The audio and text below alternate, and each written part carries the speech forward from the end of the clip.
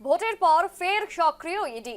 সাত সকালে সোনাপাপ্পু মামলায় একযোগে 4 জায়গায় ইডির অভিযান। কসবায় কলকাতা পুলিশের এসআই নুরুল আমিন আলী শাহের বাড়িতে, চক্রবেরিয়ায় আশু বিশ্বাস রোডে অতুল কাটারিয়া প্রমোটারের বাড়িতে, রয়েড স্ট্রিটে একটি হোটেলে তল্লাশি চালায় ইডি। সেই সঙ্গে শান্তনু সিনহার কান্দির বাড়িতেও তালা ভেঙে প্রাসাদ সমান সেই বাড়িতে ঢোকে কেন্দ্রীয় তদন্তকারী সংস্থা। ভোটের পর ফের সক্রিয় ইডি।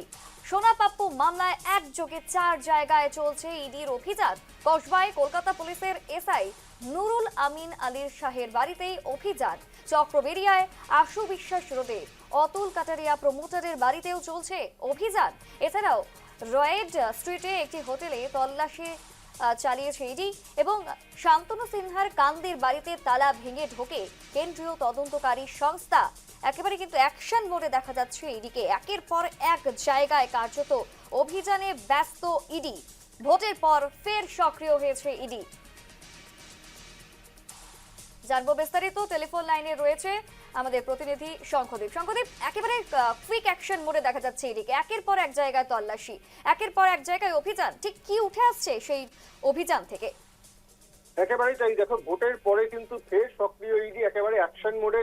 সকাল 6টা থেকে বিভিন্ন জায়গায় এই সোনাপাপ্পু মামলায় বিভিন্ন জায়গায় কিন্তু তারা তল্লাশি চালাচ্ছে একযোগে। যেমনটা রয়েছে যে 4 জায়গায় এই অভিযান চালানো হয়েছে তার মধ্যে কসবা রয়েছে, যেখানে কলকাতা পুলিশের এসআই নুরুল আমিন আলী শাহ তার বাড়িতে তল্লাশি চালানো হচ্ছে।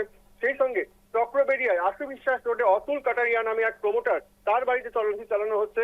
রয়েড স্ট্রিটে একটি হোটেলে তল্লাশি চালানো হচ্ছে এবং খুব গুরুত্বপূর্ণভাবে শুধু কলকাতা নয়, জেলাতেও কিন্তু ইডির টিম পৌঁছে গিয়েছে। শান্তনু সিনহা বিশ্বাসের যে বাড়ি রয়েছে কান্দিতে, সেই কান্দিতেও কিন্তু তারা পৌঁছে গিয়েছে ইতিমধ্যেই।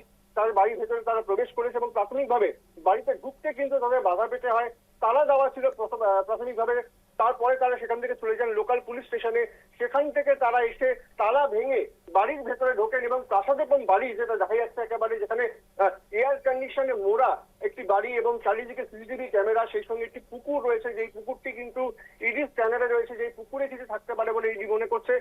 এই সমস্ত বিষয়কে সামনে রেখে শান্তনু সিনহা বিশ্বাসের একাধিক প্রপার্টি, সেই সঙ্গে সোনাপাপ্পু রিলেটেড একাধিক ব্যক্তি, তাদের বাড়িতে তল্লাশি চালানো হচ্ছে। এবং যেই এসআই এর কথা বলছিলাম, সেই এসআই কিন্তু শান্তনু সিনহা বিশ্বাসের অত্যন্ত ঘনিষ্ঠ।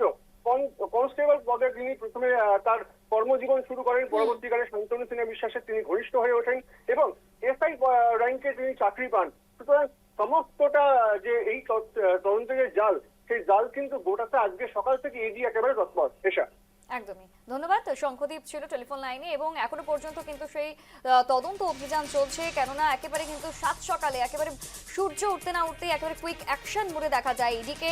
7 সকাল থেকে ফের অ্যাকশন মোডে দেখা যায় এদিকে। কলকাতার একাধিক জায়গায় কার্যত তল্লাশি অভিযান এখনো পর্যন্ত চালিয়ে যাচ্ছে কেন্দ্রীয় তদন্তকারী সংস্থা।